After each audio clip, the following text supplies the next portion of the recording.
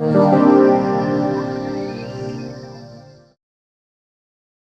here is one of the earliest maps of showing Creag and Tarbet here, dated from about 1820, showing the rental rolls of the estate. So you can see the houses, a few of the houses along here with an earthen bank around the outside, and the divisions of the land as it comes through. And you can actually read the Creag and Tarbet name there.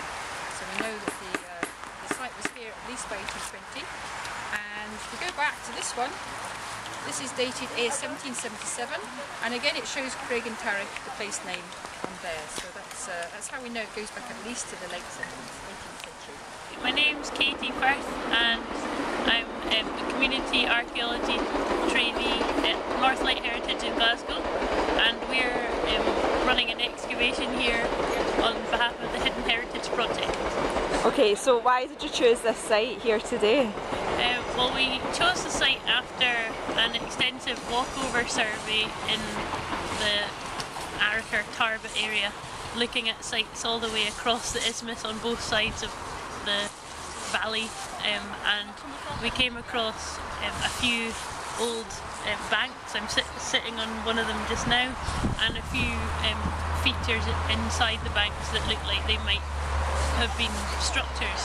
So we did a bit of research and found on the first edition map there's actually 2 rectangular buildings marked on the map that were unroofed, and that was in 1860. And the banks are marked on the map as well, some of them but not all of them. So with the walkover surveying combined with looking at maps and old records, like the old census that shows who lived here, who was born here, that's why we chose to dig here. Okay, and what have you been doing over the past few days then on the site?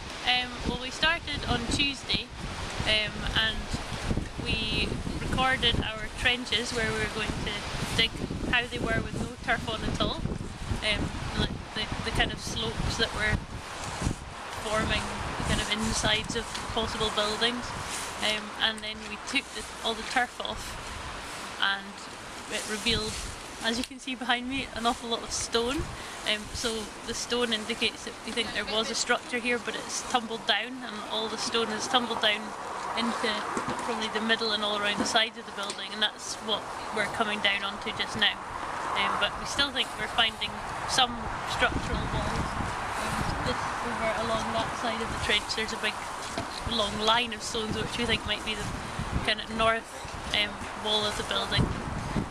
So we found quite a lot of pottery in this trench, like kind of dinnerware type pottery, and it might be that means that we're in the domestic house rather than a kind of farm outbuilding. But we think we've got another building over there as well, so we'll see. One of them, they might be 2 houses, but there might be one domestic and one kind of for animals and things like that. Okay, and you said you have uncovered some pottery and things. Is there anything else you found whilst being here? We found some bits of glass and bits of pottery, but mainly the things that we're finding interesting are the structures.